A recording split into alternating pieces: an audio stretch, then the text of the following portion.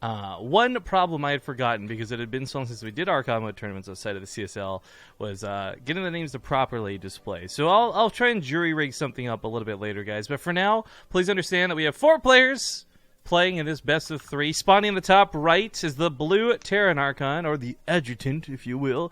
It's going to be the combination of majOr and DeMusliM. In the bottom left, as the Protoss Archon, it is Lightning and NightEnD. Okay, and to explain really quick, because I want this to be clear, the reason we had a lot of problems with this barcode for Lightning is we've had Lightning play on an account named Lightning in the past. Oh, I just realized the overlay blocks it out. Well, there's a barcode here, guys. Lightning has played on Lightning in the past, and we didn't have a problem with that. Lightning's probably an upstanding fellow, and this was just a small misunderstanding getting the series started. But when you log on with a barcode, and if they never said it's Zest smiley face, like all cheeky, we probably wouldn't have had issue with just being, oh, it's Lightning, let's go. But it's the fact that they say it's Zest, and he logs into another account that doesn't say Lightning. We didn't really know who he was. The reason we didn't have a lot of problem with majOr, though, is we've cast majOr on this account, Mr. Jamvad, specifically in European events, and many times in the past. So there was no problem verifying that this was majOr. It was NightEnd's teammate that we were like, okay, who is this guy? Yeah. There was seriously not much reason for all that to happen, but no, it did, so there really wasn't. Whatever. But okay, it's worth noting, NightEnD and Lightning have played in several Archon mode tournaments before. I don't know that majOr and DeMusliM have. Now, I'm not saying that's a good or a bad thing for either player, but it is worth noting NightEnD and Lightning know how to play. They've played together, and they've actually won several matches that we've cast on stream before. But majOr and DeMusliM, the one thing I see with both of these players, and please, majOr and DeMusliM, if either of you watch this VOD, please know I say this with love, is they're both a little bit egotistical. They're very good, and that's why they've got this bit of an ego to them. And I do worry there might be fighting over the units or control, you know? Like, okay, majOr, just stop, let me take over the Marines, or vice versa, you know? I am more concerned that they're gonna try and do something cheeky, like not like this, although this is kind of cheeky, but rather like kill a probe and then DeMusliM types like gotcha, and then he's gonna lose the Reaper or something like that, because they've been a little lippy with each other. Yeah. So this is an interesting proxy, by the way. This is like something I expect more out of Lily Canine than majOr and DeMusliM.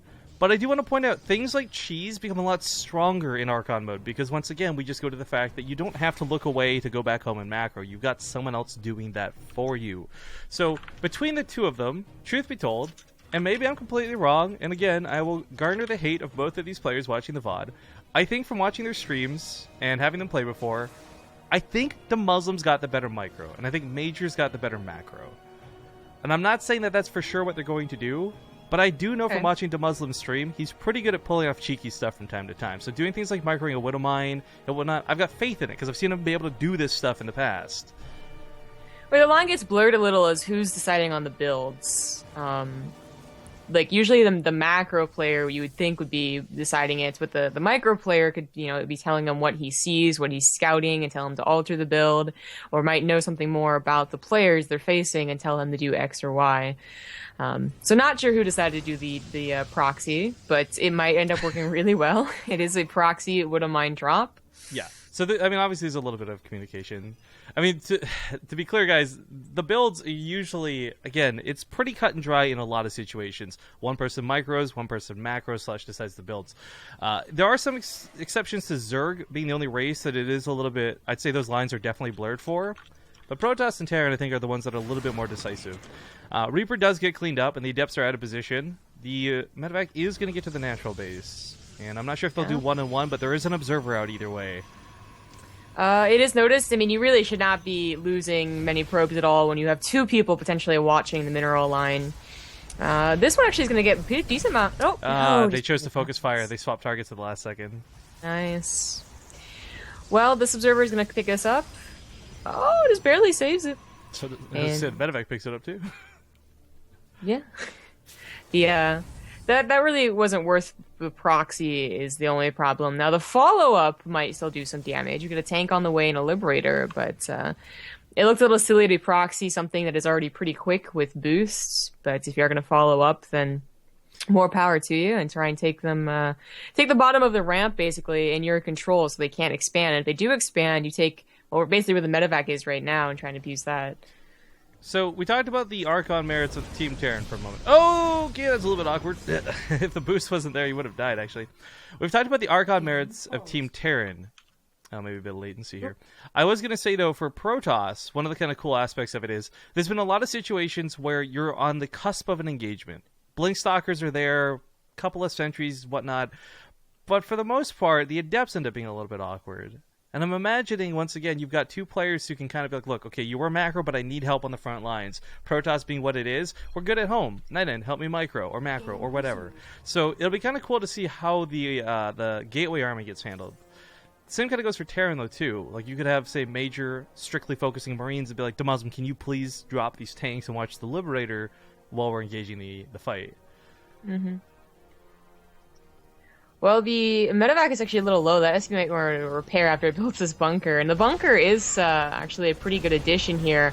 NightEnD and Lightning are going to try and take care of things before things even really get started, however. Not doing a bad job because the medevac was so low, it goes down pretty quickly. That was a pretty big pickoff. That was the tank being able to maneuver through any of this. Now, the trade-out isn't so terrible. The army supplies remain relatively low on both sides, so it's not like NightEnD and Lightning can go for an immediate counterattack.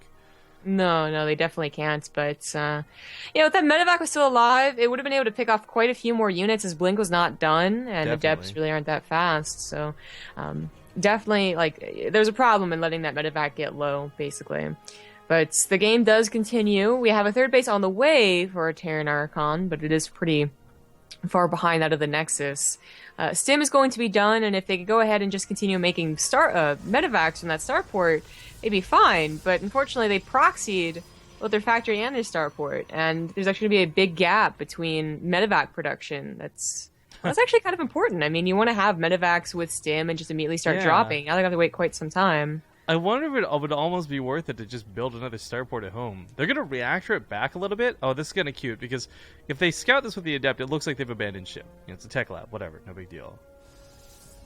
And I guess technically it doesn't matter where the air units come from as long as they come, right? So, it's... I mean, that base usually doesn't get taken until the 5th, actually, so it will be some time before that position is scouted.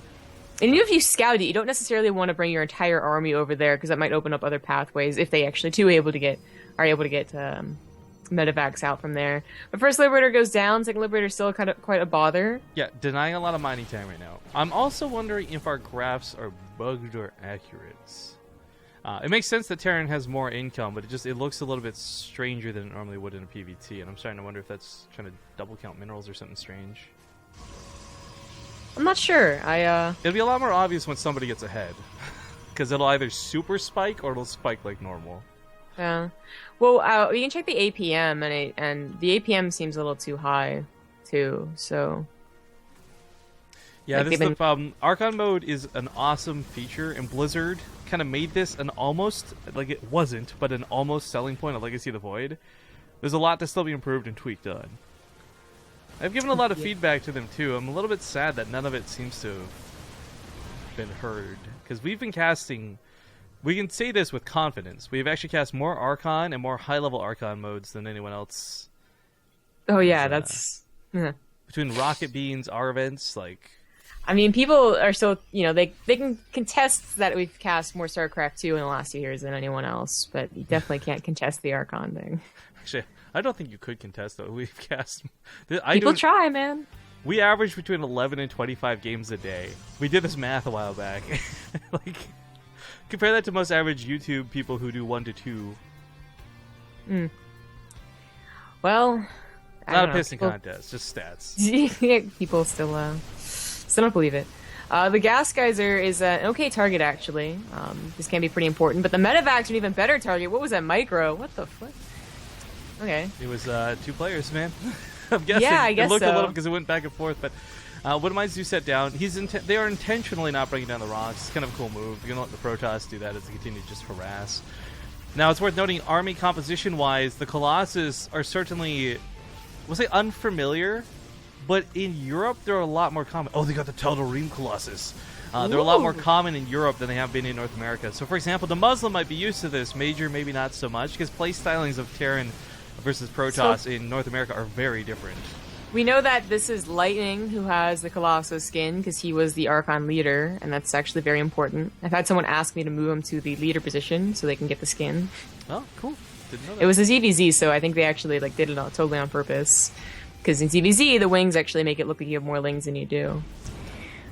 Meanwhile, Liberators on the backside, not really getting much more done, but still a distraction nonetheless. I mean, it's a one-unit distraction that is so incredibly important to actually pay attention to.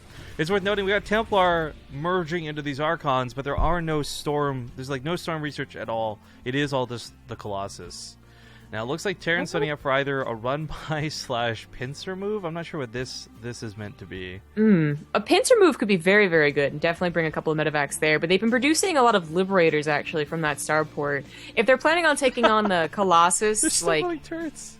yeah, I don't know about this. 4 Colossus is no joke. Even though you might think that it is in Legacy of the Void. And if they were going to pincer and actually just try and attack this army with pure bio, then they would have needed a lot more medevacs to Look at that these control, Liberators. though. The stutter step out of majOr or DeMusliM, I'm not sure who it is, has been absolutely fantastic. Well, Meanwhile, this distracts while the second force starts to move in, but 2 Colossus were left behind. And looks like both NightEnD and Lightning are playing just as well as their opponents. Yeah. I was going to say, whoever was controlling this army was getting a little too far ahead of themselves, but they do pull back and potentially get hit by Widow Mines. Actually, that's a little unfortunate. These Widow Mines almost on scans cooldown. to see if there's an observer. Yeah. There you go. Got one hit at least. That put a barrier on the cooldown for the Immortal there as well. Yeah, it could be important. They are bulking up their army. They're no longer trying to pincer, but that's where 4 Colossus are still very powerful. I just want to emphasize, though, this is where Archon mode for me gives me the nerd chills. Because you see 2 decisive engagements like that you would only see one at a time in a regular game. Like, there's no way a Protoss player responds so perfectly in a 1v1, or a Terran player is able to kite 2 different armies so well. Yeah. There is still a second army, but it's pretty far away. And it's not looking like it's going to stim in and try and abuse the fact that the entire army of the Protoss is out of position. I think they go up to 6 Colossus. They did go up to 6 Colossus. 6 Colossus is probably enough. I mean, even in Heart of the Swarm, you only wanted to get so many before you started complementing it with Storms, Immortals, Archons, Charge Lots, whatever. So this is probably the end of that. We may even see Disruptors come in later, but the Liberators are where the real worry is now, and that's where the Colossus have done okay, but still, even if they get stuck into a choke, they'll go down too. So, of course, got to give some love to Liquid Mana. Just hosted our stream. Hello to all of Mana's fans. You're watching an Archon mode tournament. These don't happen too often. $500 up for grabs today, and this is currently Lightning and NightEnD versus majOr and DeMusliM. This is a pretty good position. There's been a lot. They haven't transferred over into charge lots, so there's definitely enough Stalkers to take down only a few Liberators, especially if they're out of position. And that army's pretty stimmed. There's not a lot of medevacs because of their committal to these Liberators. They could be saved by the second army, but it does look like they're going to go for a decisive attack instead.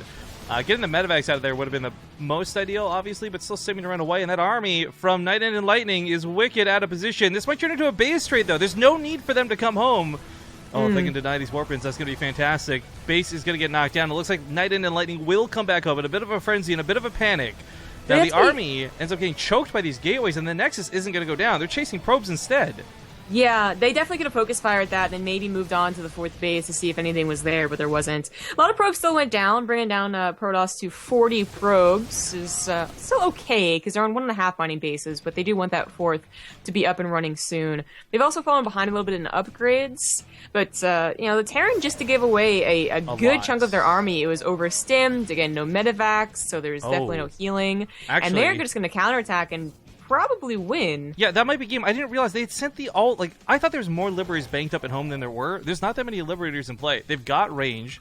Liberators are fantastic and almost broken in this matchup, but the Stalkers are going to have nothing to stop them from just blinking forward. Yeah, that's especially because we don't see the Liberators focus fire the Colossus. Even the Colossus do run into the range, and that just went down super quickly. Colossus melting everything on the ground. These Liberators are going to be able to help out. It's all rallied from that proxy starport, mind you. With absolutely no nerfs or buffs since the release, the Colossus has got to be the most game-changing unit that went from never used because it was so bad to such a good unit to fight versus Terran with. I'll agree with that, yeah. I guess the Cyclone went from being stupidly OP to being just early game, but... Garbage. They got some Big Liberators set up in the bosses. main, but those are not set up in a position to really be too beneficial to stopping this army, just stalling this out. I understand why they're trying to play this out. They do have some units on the other side of the field, and a mini base trade it might be, but a base trade nonetheless. Stalkers do blink forward. That's where the Marauders from earlier would have been fantastic. Just focus them down, then the Liberators never die. So much of NightEnd's army dies pushing into 2 Liberators. Again, just kind of showcasing their power, but without Marauders underneath them, it's not going to matter. Oh, God. They are shutting down mining for their opponents almost completely, but it's still Yeah. a planetary and a couple of Liberators. I don't know. I guess it's funny. The starport's still producing because it was the only thing not in the base. And they're going to try and produce whatever they can out of 700 minerals, and still counting with 1 and a 4th base mining. The naturals when that's untouched. The upgrades have finished up for the Protoss, however, so they have, there's really not a lot of benefits for being the Terran right here. SimCity helps a little bit. You're gonna fly Maybe back. if they could focus fire every single stalker, they'd be fine. But I like trying to fight around the planetary. I think this is a great move. Missile turrets have been a little bit silly to see this game, but the biggest thing was they were taking out a lot of observers, maybe get a couple hits on the Colossus. But majOr and DeMusliM, yeah, it's funny. They really aren't in the worst spot, considering how good Liberators can be. The problem is they are getting a mining base back over here. yeah, They've been denied mining. There's no income whatsoever. Everything's pretty much mined out. And I think this planetary can hold for long enough. Let's also not forget, this base didn't get finished, so there's a lot of tech still up for the Terran team. But I think they finally clued in going, okay, wait, where the hell are these Liberators coming from? yeah, that's right. They never realized that the starport never fully went back. So, yeah, not even going to try and let these last 2 Liberators finish. They're going to try and save the starport. Unfortunately, it will not be saved. It's still an interesting game to me because they like any second now we could have a tap out. But also, I can see them fighting this out. They've got decent income. They've got an almost impenetrable position to fight from.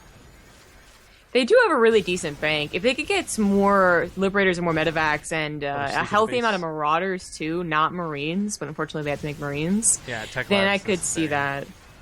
But the Marines will not stand up. The Marauders barely stand up to 6 Colossus all shooting at once. I almost think lifting the barracks would be better and hiding them because you want that army pushing into the planetary. You want these Liberators to be able to actually engage and get shots. Yeah. They're wishing that they have that range upgrade. Of course, the Colossus will always outrange the planetary, but some of these units are getting into the Liberator range. And does a planetary outrange a Liberator? It looked like it was shooting the Colossus, but not the Liberator. I'm not sure what happened. No, there. it was shooting an Archon that had stepped forward a little bit. I'm pretty sure. Oh, okay. That's what I was talking about. Like, if they had the range, they might be getting a few more pot shots, but of course, the Colossus should always be able to eventually tear this down. Like, eventually it'll get mined out, and eventually stop repairing. So they are focusing a lot of Liberators into a position like this, and that's where this becomes a bit of a problem. The Stalkers blink through it. With those going down, there's no way to take on the Colossus anymore, and that's probably going to be game. They got 2 more going to pop, but GG from DeMusliM, and we are going to have game 1 go to the Protoss. A very strange game 1 in this best of 3. I would like to give some thanks, by the way, to our resub. We had Ezimboss hit us up, and got a little bit into that game. But of course, this first round match we had was a little bit delayed. The winners of Amazing Gaming do advance on, and they'll fight the winner of this series. I think, if I'm guessing, that's probably like a laser and somebody. Because it was a laser and somebody against... It looks like. Well, TLO just asked at the laser report already, so unless he was the guy that lost against the laser. Oh, okay. Well, I was going to say, because I remember Laser played Amazing Gaming, but that was with Lambo last time, and Lambo's unavailable today. I also want to remind everybody that BC yesterday said he planned to win this whole thing, so I'm curious and very intrigued to see how his team does. He doesn't have a too bad of a bracket on the top half, by the looks of it. Might have to play Lily Canine or Euthermal or Guru, but... do we know what the second map is? Dusk Towers. Cool. Let me join off you. Yep.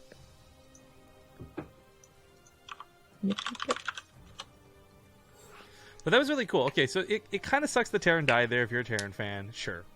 But what was really cool for me was, again, seeing the control of 2 different parts of an army at the same time, simultaneously from both teams. But Dusk Towers, we'll see you guys in a moment. So, gotta give a quick shout out to the man, the myth, the legend, Gnomejon. Showing up in Twitch chat, guys. He's one of our mods on the channel. Make sure to give him some love. He has put well over a couple $1,000s into StarCraft 2 events, and of course, mostly through these Archon mode cups. So without him, this wouldn't be possible. So if you see Gnomejon in chat, give him some love. And hell, even if you don't see Gnomejon in chat, give him some love. But ladies and gentlemen, game number 2 currently underway. We do have in the bottom left side of the map the blue Terran Archon, DeMusliM, and majOr. In the top right as the purple pausing Protoss. Yeah. I actually love this. We've talked about this, you and I specifically, about how the second person who's not doing anything early on should shit talk. Like, there should be some smack talk going on. I mean, you had the idea, and I just said that it wasn't a bad idea. Shut up. It's basically the same thing. Are you sure? But no, well, DeMusliM's making some jokes. One of the things about Archon mode does kind of suck is the second player really doesn't have a lot to do early on. You can help mineral stack maybe at best, but honestly, until there's units to play with, you don't have a lot to do. And unfortunately, Terran, where it really shines, I think, is the early game. Things like microing a tank or a Reaper around don't really happen TvP. Mm. And in the top right, as the purple Protoss, it is NightEnD and Lightning. I like how you paused the intro too, by the way. Like, the pause of the game was like, I'm gonna wait for that to finish. Like, it's really. And you wouldn't have gotten the sick, zoom ins and whatnot. You can still do that during a pause. It's Oh, yeah, players you that can. can't. The players can't move. Yeah, during a pause. yeah, you're right.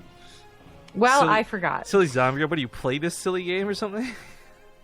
No, get your- which is get your why I should have wires been all crossed? confused. I mean, yes, I play all the time. What? Terrible. All right, so game 1, the topic of Colossus has become a heated debate in chat. Do you think that's going to be for a proxy? Or... Oh, it's for them checking the proxy. There's a ping. Bing. Really, I didn't get the ping for once. What's changed? What changed? You have the curse. I know you. For like 6 months of doing this, never a problem.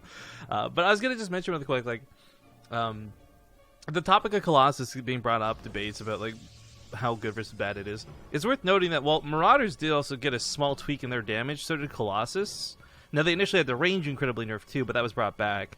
And there's a lot of speculation, and it's not just today, but like over time has been like, did they try and make the Colossus like less appealing to make the Disruptor more appealing? And there's some instances where the Disruptor looks fantastic. I reference you most Neeb games doing drops and things like that, but yeah, for the most part, the Colossus strength, I feel the splash, the damage, that's cool. And it was nerfed, I think like, what, 20% or something? Yes. But the problem with the Colossus, it's still a very high health unit. It's hard to knock down. Yeah, I'm actually... I don't recall why specifically they said what they did about the Colossus nerf. I actually don't remember them saying anything about it. Like, I don't remember them saying we really want to see the Disruptor more, or we really think that the Colossus is not a fun unit, which is my reason as to why I would have nerfed it if I was on the team, was that it wasn't very fun to watch. It would be in every single matchup, usually. Well, Zerg versus Protoss would actually start to fall out, but still, you'd see it in every single Terran game, it would just be really boring, and it'd be kind of a movie. So I personally am glad that they have been nerfed, and that their position in this matchup is a little more refined, a little more delicate, because they're going to be, used against very positional units and the Liberators. But they're still only seen in this matchup, and that's a little sad for the Colossus. I know. It's still, there's some instances where we cast Zerg games where you're like, okay, Storm was not bad against those Hydras, but like even just 1 or 2 Colossus in the backhand would have been kind of nice. Yeah, I really wonder. I'm guessing we saw some people experiment with Colossus versus Zerg, but whenever we did, they played it very much like Heart of the Swarm, so very like low amount of units, and you go to Colossus, which didn't even work in Heart of the Swarm, mind you. People started going to Mass Blink Stalker as opposed to Colossus, and it just didn't help. But it seems like the stable splash damage would almost always be worth it if you have enough minerals, I suppose, enough gas to get 1 or 2 Colossus. But we only ever see it in PvT. Well, not a bad Reaper Scout. They scanned to confirm the other half of the base that they missed. Seeing the Robo, though, is not too alarming. Seeing the Twilight Council late means they don't have to worry about DTs getting rushed. And it's worth noting, majOr and DeMusliM did go for a 3rd CC this game. Yeah, they went a little bit greedy on it. Of course, we do have someone spotting, noting that the medevac went out. I guess they're not on TeamSpeak, or if they are, they really want to know exactly what position they're talking about. Yeah, why can't I see pings? I don't know. It's more like, why can't I see things? Yeah, exactly. All right, well, I like the Raven going up behind this. Not going to play it too risky. It's worth noting NightEnD and Lightning have both been players who have on-stream cheesed out with DTs, so I like that they're taking that precaution. Yeah. Any Protoss can do that, so. It's going to be good for catching the observers, too. It's worth noting a lot of observers went unseen in that last game. That's true. Yeah. It's the problem with the Raven right, well, not right now, but has always been, in my opinion, it's a hard unit to actually include in your army. It takes priority, which is really annoying. So you have to tab to sim when usually most Terran players are used to just pressing the T button right off the bat. And then it was also slow and had slow acceleration, although that has been tweaked. So it's kind of a cool bait out of the Photon Overcharge there, but the Mothership Core has plenty of energy to keep popping on, so it's not an issue. Yeah.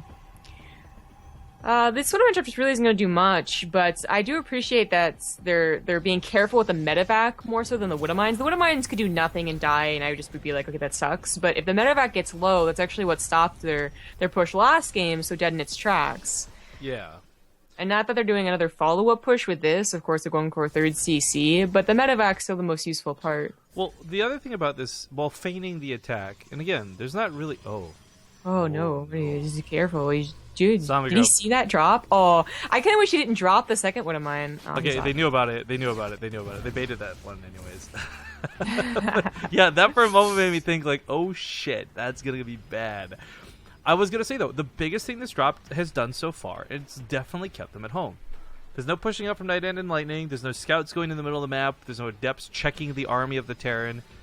Everything here is pretty focused on this one medevac. I guess they're saying that you shouldn't have taken any damage whatsoever. Do they have to pause to shit talk back? Oh, Jesus Christ. I mean, I guess we've never had to think about rules for something like this. The only time we've had a pause with possible altercations in the past was Tefl and a Laser were playing together, and they had to pause because they weren't on TeamSpeak, and they were fighting over who was doing what. They're like, no, I'm macro. No, I'm macro. You stop it. The thing is, unless someone's pausing with the intention of never unpausing... Basically, I don't see a point, because eventually they're going to run out of pauses, and it's going to be their own fault. Yeah. They're going to actually need to pause, and they're not going to have one. As silly as it is, I gotta say, DeMusliM fills the role really well here of shit-talking. It actually made them pause. NightEnd's not exactly the biggest rager of all time, but he has been known to have a bit of a temper. So, playing into that... It's a bit underhanded, it's a bit cheeky, but I've also been that guy who's said, I like the way Nurchio treats things, so I'm kind of disgusting like that, and I enjoy what they're doing. You're a mech player that would just BM and get him angry, and you're like, damn. I'm a mech player who supported Nurchio when he was being rude as fuck. Yeah, I am the worst kind of StarCraft 2 fan. Oh, dear God. Mother of God. There is no medevacs once again. Medevacs have been a consistent problem in this TvP. The Raven, as I said before, has got to be controlled a little bit. Oh, a little bit you know what more we're gonna find out? I don't. What's... I always wondered, would point defense drone nullify adept damage? It is a projectile. I thought we did learn that it did, but I don't remember when. So I can't remember an instance where we've seen a Raven in PvT in so long. So. A point defense drone is going to be certainly cool. Auto turrets are very strong and not to be underestimated in their strength, but the Raven's going to kind of hang back. So the fight begins without Widowmine's Burrow on that front line. Here comes that point defense drone. How good is it? And it is good to not take out the adept damage, actually. Oh, okay. How did you even see that? On the right side where the adepts were. Huh. I was looking at the adept in the middle and I didn't see anything. Maybe it was out of juice and I was looking at like the wrong millisecond. It looked like it didn't nullify the adept damage, but it did soak a lot of hits from the stalkers. But I go back to the point you brought up. There weren't a lot of medevacs. This made this kind of difficult.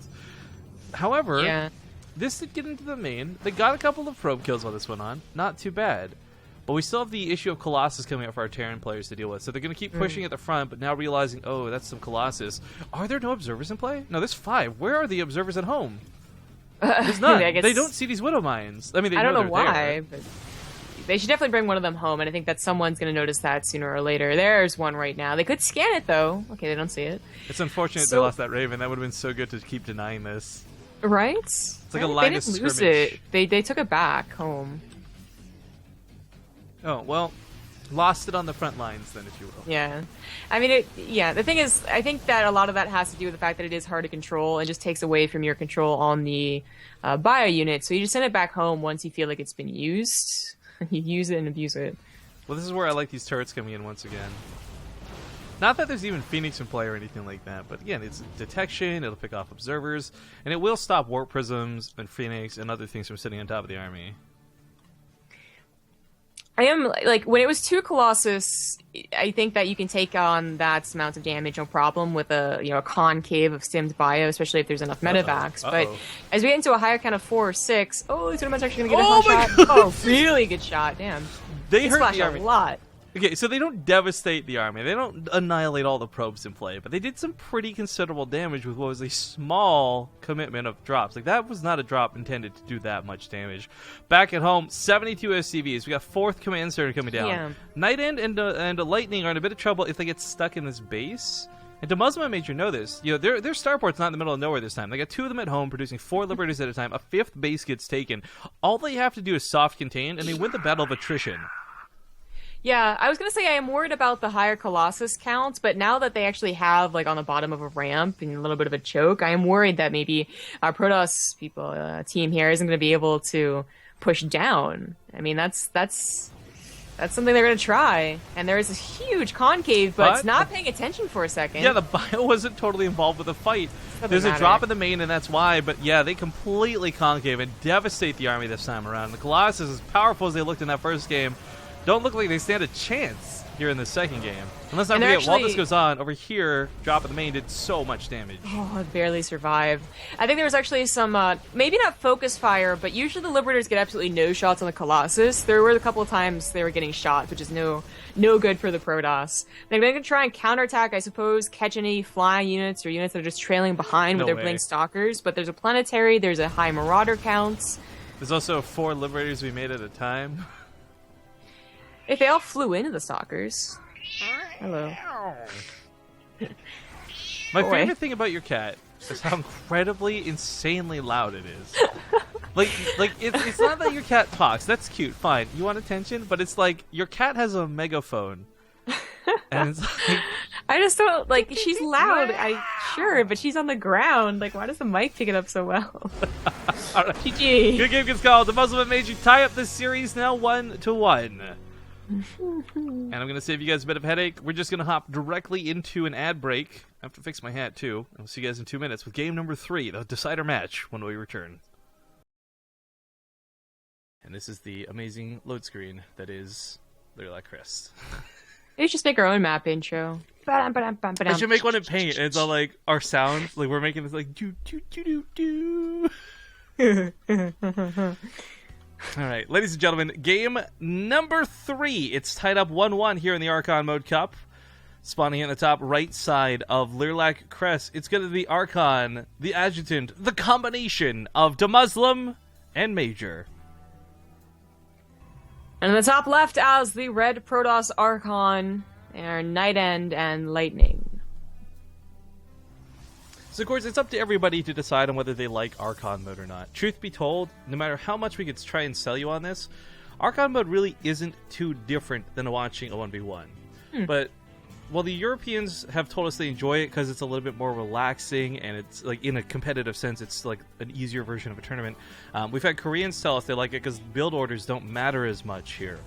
And yeah. I guess we didn't really talk on that too much because it was, you know, getting into the series a bit late, but that is the thing. Like, we watched what was essentially 2 similar games as far as main army fight goes. Obviously, game 2, just now, a lot of different things happen in terms of harass and dodging and weaving. Oh, DeMusliM. And it led up to a much different looking fight than we had the first time. Sure, fine, no proxy, you name it. But the idea still was the same. Liberators and Colossus, Marines and Marauders, Stalkers and Sentries. And so much of that game played out differently because it was a lot more control and a lot more concave and focus on a medevac that didn't die. So I hope she didn't interrupt you. Oh no, it was so loud, but I just chose to keep talking. That's what I was afraid of. She wasn't even as close to the mic this time. She's to the door. I know we've discussed it before, but it is just one of those things where my brain doesn't process why you don't just shut the door and be like, cats, I love you, but I need some me time. I told you. No, this is what I'm saying. I know we've been over this, but it's just... It's not that I don't know, I can't process it. Well, for the chat, because my cats will ruin the carpet and my mom will get really mad. Like, they'll start, like, clawing at it if I lock the door. So I just kind of shoot her out. She was so, like, peeved about it. Yeah. But damn, okay, I guess there's exclamation points going down. I guess they're checking for an in-base proxy, like... You know what? This is one of the rare times an observer ping might be useful. If you could ping what they ping sometimes, maybe? Oh yeah, I could see where you're going with that. Because basically the Reaper is right now. The red team was pinging for whatever reason, and I'm not sure why, but... I guess just maybe like making notes to put a pylon there because they have horizontal spawns, and that's where a drop would come in. Something like that. I'm curious. Did I change? There's no way I've got some setting changed. I haven't changed my settings other than the overlays all the time for like CSL. Not even on the server though, so Yeah, I have no idea. There's so many bugs in StarCraft. Did you hear? You were like asleep all of last night, weren't you? Yes. So, yesterday was not a good day for me. Apparently, like Scarlet versus Drunken Boy finals, they had to remake a game because when she loaded in, she had alt tabs, and this is the third or fourth alt tab bug that there is, but there wasn't any creep. Like she literally could not see any creep around her base. That's cool. Yeah, so there's just so many bugs. I don't know. Maybe it has to do with alt tabbing too, and we'll never know. All right, so I want to touch on a point brought up in chat, not just once, not twice, but like 5 or 7 times today, about Archon mode. So again, Archon mode, Zombie and I are big fans of, mostly because we play it, we love it, and we love the skill cap that comes with it. But a lot of you guys want to see some TvP2s, and we hear you, and we know that. However, we don't have anything planned. Wait, are they pausing for the bathroom? WC could be wash closet, yeah. They got us before Warcraft. That's something else I was going to bring up if there is downtime, which I guess there is. You know how there was like months ago where everyone was like, oh my god, Blizzard's hiring for new positions to improve the old games? You remember that, right? Yeah. So I wasn't really sure if they're going to go through with it, Like, I don't know. We've been excited about Blizzard stuff before and then let down. But they really are. And apparently Warcraft is going to get a balance update. Warcraft 3. They did a Diablo patch recently, I recall. Yeah, that was just to improve the performance, I thought. But I did not expect a new map pool and balance changes in these old games. Like, what if they touch Brood War? What? Grubby's been playing the heck out of Warcraft 3 recently in his stream. So maybe the Grubby fans at Blizzard were like, oh, you know what? Oh, we need to fix this. Oh, man, if they would fix Brood War so you could at least not have to unblock your ports, that would be great. Okay, what was I saying before this? There's something... Archon mode and 2v2. Right. So, you guys have to understand, obviously, anything we do, whether it's Zealot Hockey, Archon mode, 2v2, like, anything that's outside the quote-unquote norm of, like, a 1v1 is going to get less viewership than normal. And we know that. We accept that, and that's fine. We still love doing these tournaments because we really enjoy them. 2v2s are not something we're super excited to do. But if a fan came to us and said, look, I'm super passionate about 2v2s. Here's like $200. Can you make a 2v2 tournament? If we've got the time free and the availability to do it, I wouldn't say no to that. But I will state very publicly right now, we are not looking to do 2v2s anytime in the near future. That's not to say we never will. We may end up doing it of our own volition with our own money, but no time in the near future. So we got to push in the middle of the map, coming through the front. This is, again, those sort of Marines without support, but the medevac in the main I'm much more worried about. The Mothership, of course, going to stay here and overcharge, but over here, these Marines are more than capable of taking on the Adepts. In fact, they might just zone out the ramp. Oh, that was odd. Yeah, I guess that's what they chose to do. I guess they were thinking about maybe going on top of the Adepts, so they realized the Loda Mines could be shot down, focus fired. I'm not sure. Now they're going to go over the Adepts and catch them on the backside. Oh, the Observer might die to Splash. It does go down to the Splash, but the Widow Mine still goes down. Either way, the Marines are powering through this. Mothership Core comes from the main. She can overcharge one pylon, but it's not in position to actually save the Nexus. Now they can go up into the main. Oh, they don't want this. They want to kill that Mothership Core. That's not a bad choice. I think that, well, yeah. Either way, reinforcements are going to come in and probably clean this up. But that Widow Mine really helped with the Splash. She's got a lot more depths than we're going to initially. Where's the Super Ghosted Marine micro, man? Like the one pickup, the one drop. Yeah, where's the drop? Yeah, totally. All right, Libera heading over to the main while this goes on. It's like an anime. When you're watching, they got like the cicadas that are unnecessarily loud in the background. I just don't understand. Cat. Usually she gives up and then she just crawls underneath the bed where she spends most of her time, but she's not giving up. So I close the door in her face to give her some, reinforcement. No. Okay, well, this is going to set up a little bit of a spot where they can sit and push on that Nexus with the Marines. Yeah, this Nexus went down kind of right before the aggression started, but it was all going to be harassment, so nothing that would really have ended the game, or should have ended the game, and nothing that was going to be able to tear down an entire Nexus, or shouldn't be able to. The Liberator, it doesn't do too badly, but I don't think it should have gone down like that. Marines pick up and scoot over to the main. Once again, just kind of dodging, bobbing, and weaving. Meanwhile, the main attack coming through the front once again, and this is a decent force. They're stimmed. They don't necessarily need the medevac support. They can get the damage done. But this is kind of scattered. It looks like the medevac in the main did get popped off. Marines are going to try to trade for that mothership core. Not going to happen. It's getting so scrappy for majOr and DeMusliM, and it's like, guys, calm down. It's not happening. Right? Like, just stop trying. Yeah, the just defense, bulk up your forces and go for a regular push. The defense from the Protoss has actually been pretty good through all of this. I think as much as I want to be like goofing around and be like, oh yeah, DeMusliM and majOr have no idea what they're doing, like straight up NightEnD and Lightning actually held that very well on multiple fronts. They did. Goofy control from the Terran didn't help, though.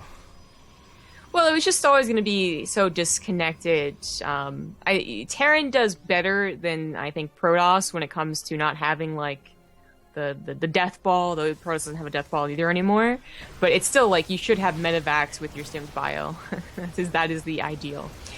But speaking of, they actually catch the Stalkers where they can shoot down the medevacs, and on the ground they do well against Stalkers. Very well. The focus here is a little bit on out of whoever's in control of it, though. It's a little bit messy. If they pick up that last Stalker, they can just pick up and fly away. Trying to go for the sentries, expensive, high-priority targets. Again, not a bad trade for DeMusliM and majOr. They are creeping ahead in supply. Yeah, the resources lost is really, really similar. 75 difference there on the numbers. Like, that's pretty weird. Usually at some point, especially when Widow Mines are involved, it just spikes for one person or another. And Immortal is left out in the middle of nowhere because that's where the Observer was rallied, but fortunately for Protoss, the Terran did not see it.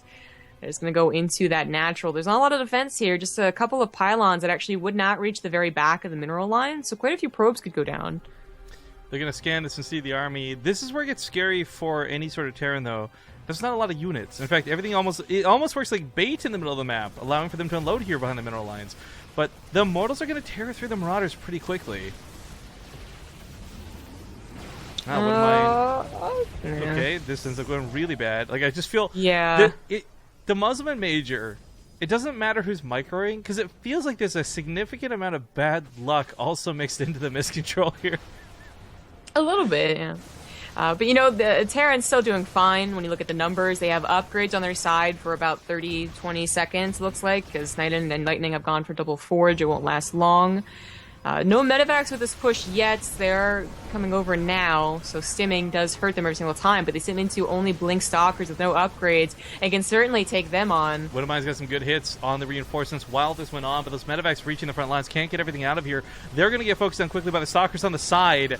Unfortunately, this means no retreat path. Awkward setup, but great control, I gotta say. And Terran, once again, it looks like they're losing out on so much on these front lines, but they're building up supply much better, faster, and greater than their opponents. And this is a game of macro. And once again, I feel like majOr's macro, if he's the one who's on macro, it's on point. DeMusliM as well, whoever's doing it, they're actually nailing it when it comes to supply.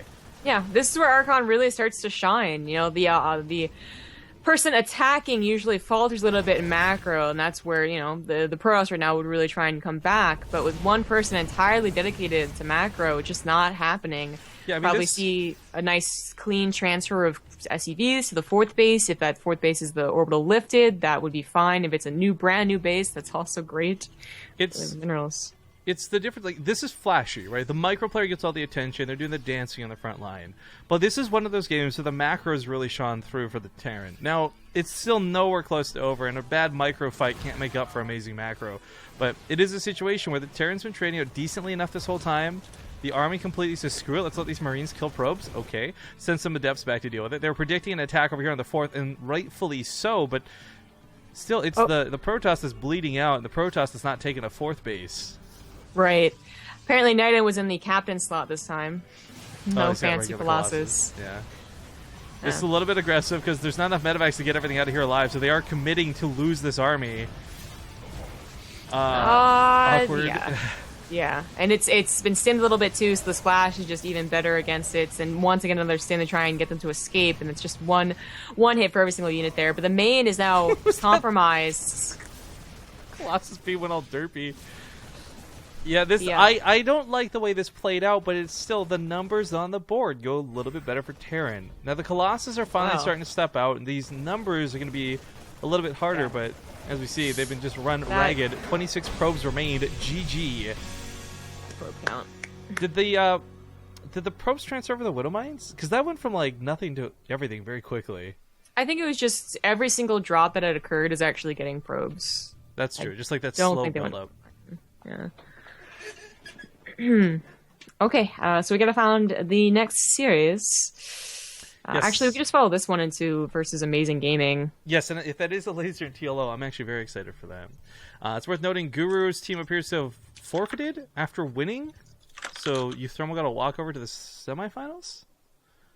It's a bit strange. Yes, so. All right, well, we'll try and get this next series sorted up ASAP. We're going to go to commercial break while we do, so do stick around, guys. We got more coming up.